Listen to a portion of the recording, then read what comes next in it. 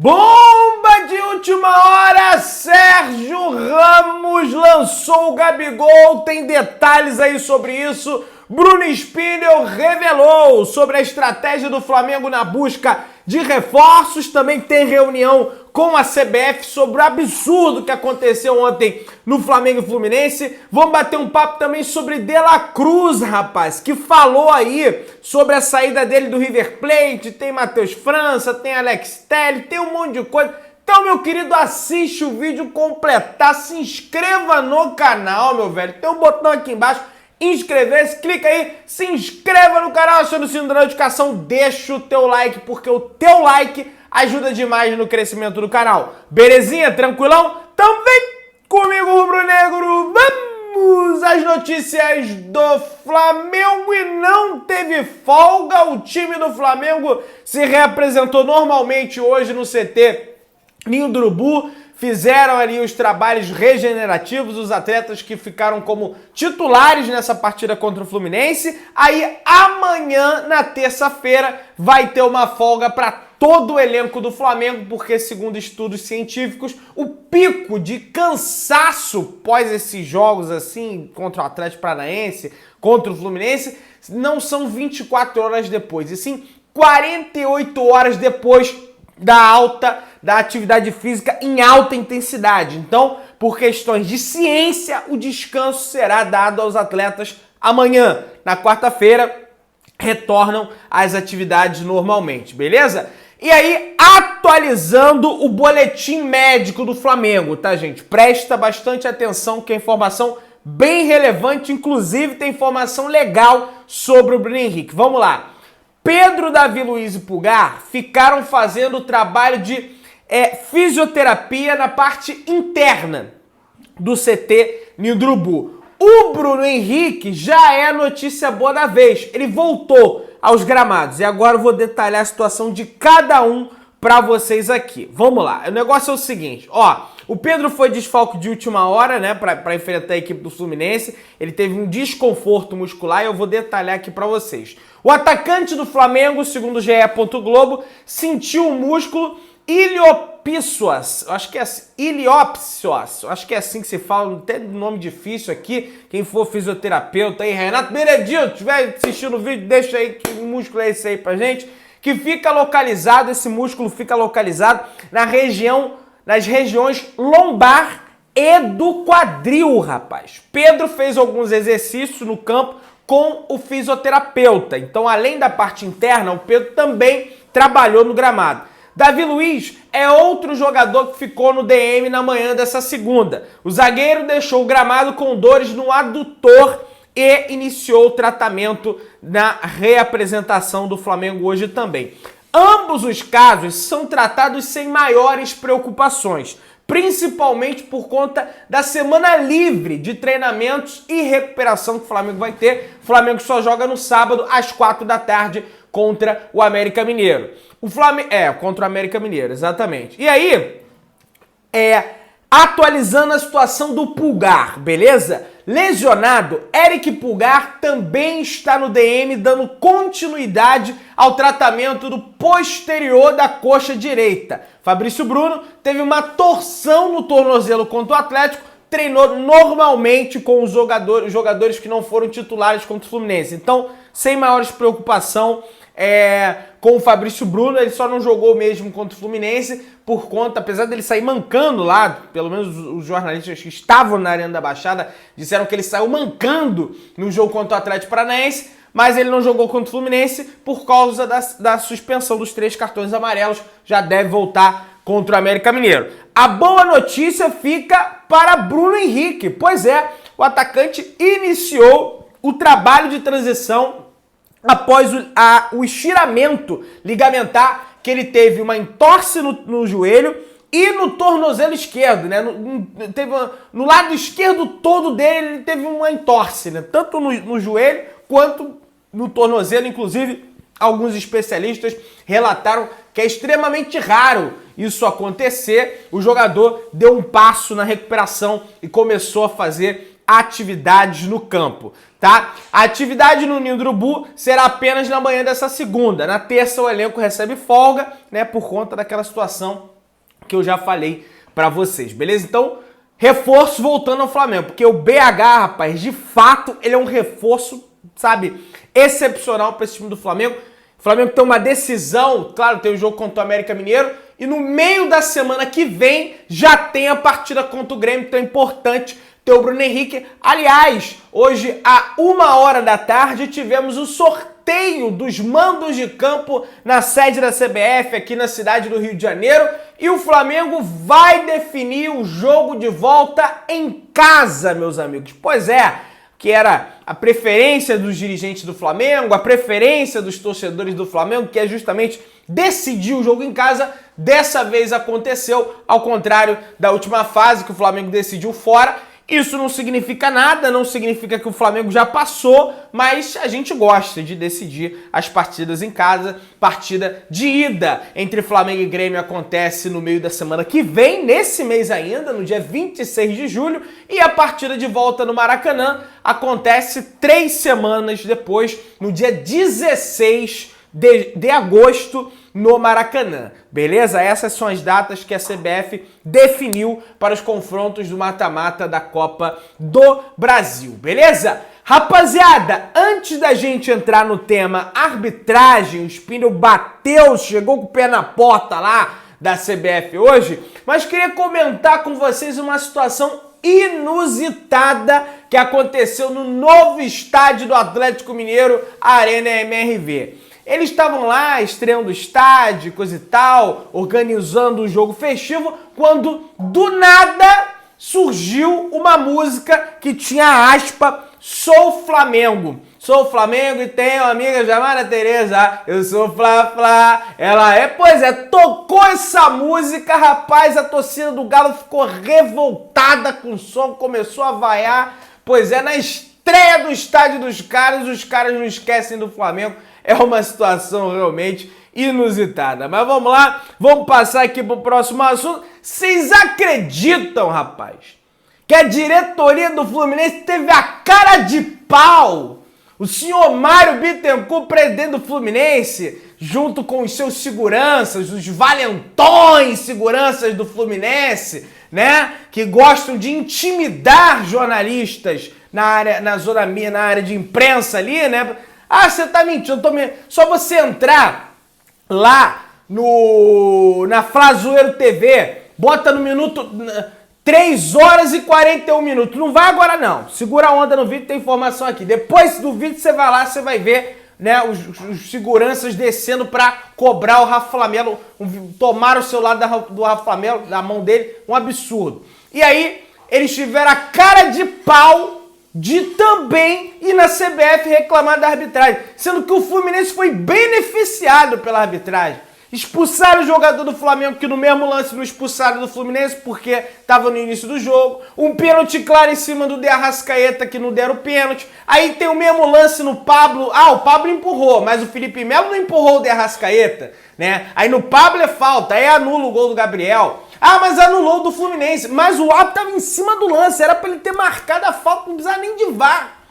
Um verdadeiro absurdo que aconteceu no terceiro jogo seguido que o Flamengo é garfado. Aí o Bruno Spindle, que já estava lá na sede da CBF para representar o Flamengo no sorteio do mando de campo, aproveitou e chamou em uma reunião o diretor executivo de competições da CBF, o Júlio Avelar. Então, eles tiveram essa reunião aí a 4 paredes lá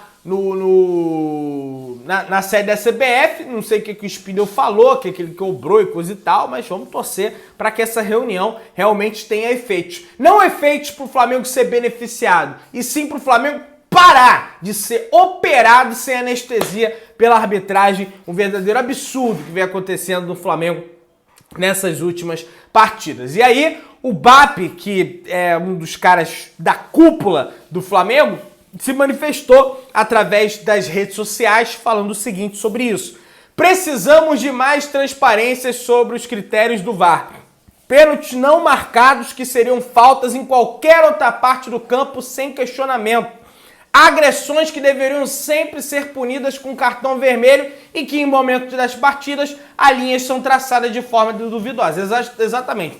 Falou sobre as linhas do jogo contra o Atlético Paranaense, a expulsão do Luiz Araújo vale, mas a do Lima não vale, e falou também sobre a questão do pênalti não marcado no De Arrascaeta, que eu já falei aqui, foi um verdadeiro do absurdo. Mas vamos prosseguir aqui, rapaz, até o De Arrascaeta, porque aquele PC de Oliveira lá, comentarista de arbitragem da Globo, que é um horror comentando a arbitragem também, ele teve a cara de pau na televisão de dizer que não, porque foi o Arrascaeta que procurou o contato com o Felipe Melo. Como assim, meu camarada? Felipe Melo chega que nem um trem-bala desgovernado nas costas do De Arrascaeta e foi o Arrascaeta que procurou o contato. Aí o De Arrascaeta respondeu lá no Twitter, né? Resumindo, nunca encostou na bola e segue o jogo. Incrível, respondeu o De Arrascaeta na publicação do Globoesporte.com. Mas vamos lá, vamos prosseguir aqui. Daqui a pouco, certamente já deve ter o youtuber, né? O CNM. O CNM virou youtuber. Daqui a pouco o youtuber Wilson CNM, que tá mais preocupado em postar videozinho na internet, ele vai estar aí com várias explicações estapafúrdias, junto com o senhor Périx Barçol, que era um dos piores árbitros que tinha quando apitava. Certamente eles estarão falando que o árbitro tomou as decisões corretas. Mas vamos lá, gente. Vamos entrar aqui no que interessa realmente, que é o mercado da bola do Flamengo. Pessoal ansioso nessa época do ano aí, em busca de notícias de reforços. A atualização que eu vou trazer para vocês aqui agora é sobre o Wendel. Saiu numa mídia russa, né, num site russo, que o Zenit agora estaria disposto a até mesmo emprestar o Wendel, tendo em vista que o jogador sequer foi inscrito no campeonato russo, né, nesse início de temporada russa, nas competições que vai acontecer lá na Rússia, né? O futebol europeu retorna às suas atividades aí agora, né? Estão em pré-temporada. Eles não inscreveram o Wendel, né? Que ainda está aqui no Brasil, não retornou à Rússia, e eles agora estariam dispostos até mesmo emprestar o jogador, algo que eles não estavam dispostos a fazer antes. O Sampaoli ontem, na entrevista coletiva, cobrou a chegada de um volante box-to-box, que é mais ou menos um volante misto, que ele fala, que é mais ou menos o estilo do Gerson. Ele até fala, não, o Gerson ele marca, ele ataca e coisa e tal. Seria mais ou menos o estilo do Wendel também, né? Não sei nem se ele sugeriu esse nome. No entanto, no momento, quem está à frente na contratação desse jogador é o Palmeiras, do Abel Ferreira, e também o Fenerbahçe, da Turquia, ex-clube do mister Jorge Jesus. As diretorias estão tentando um acordo com o jogador, o que eu acho um tremendo erro o Flamengo deixar passar essa oportunidade, por mais que não vão atrás do Wendel no momento, porque estão negociando com o Claudinho, e aí eu concordo, se tentar os dois é o Zenit.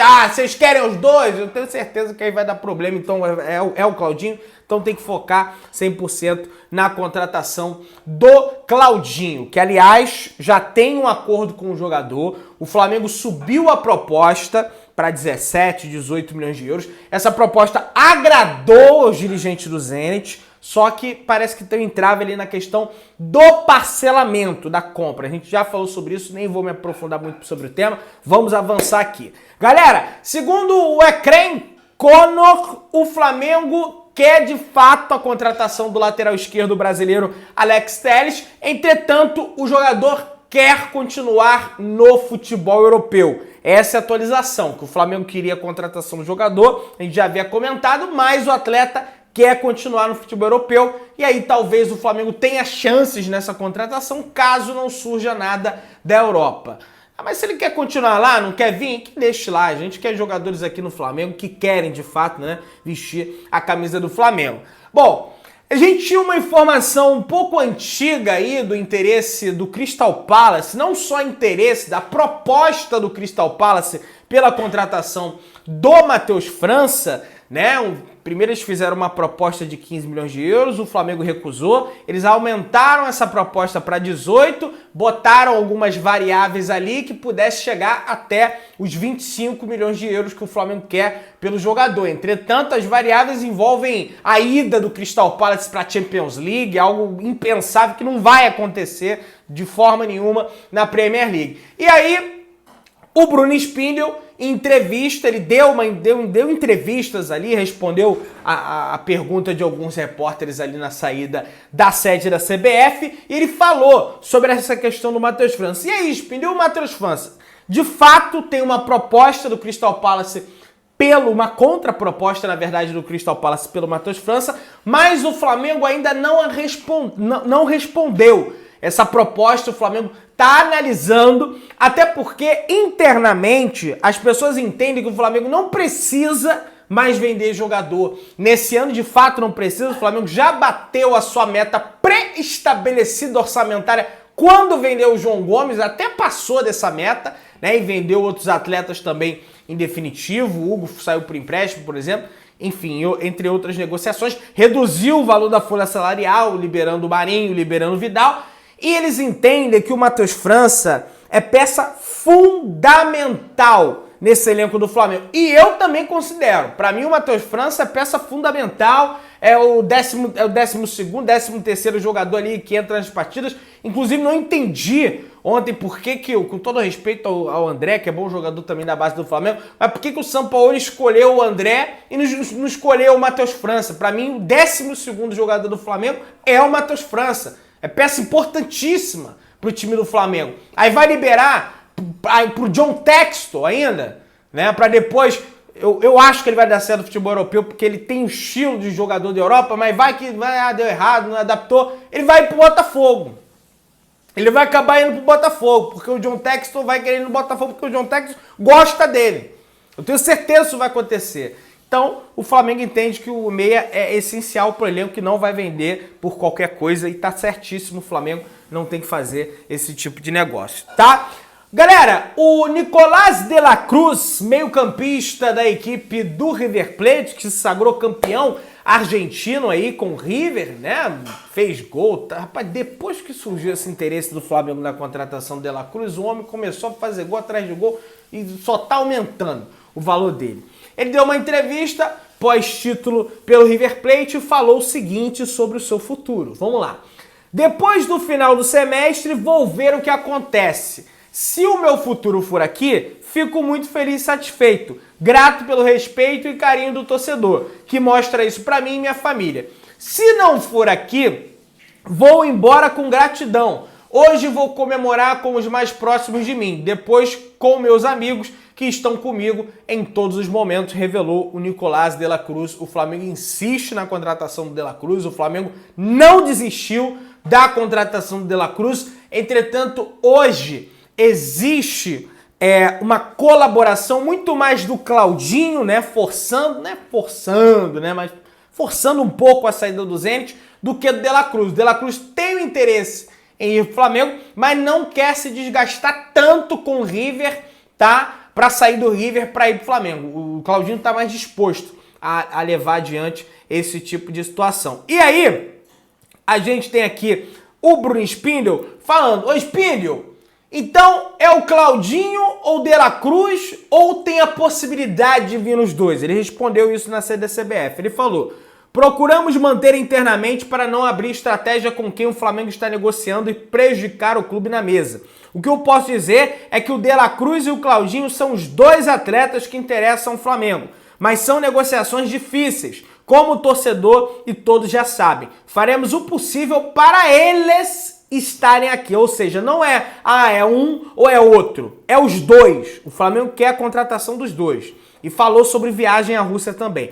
Não tem nada planejado ainda sobre viagem. As conversas seguem. De novo, é uma negociação muito difícil. O atleta é muito qualificado. Falando agora sobre o Claudinho.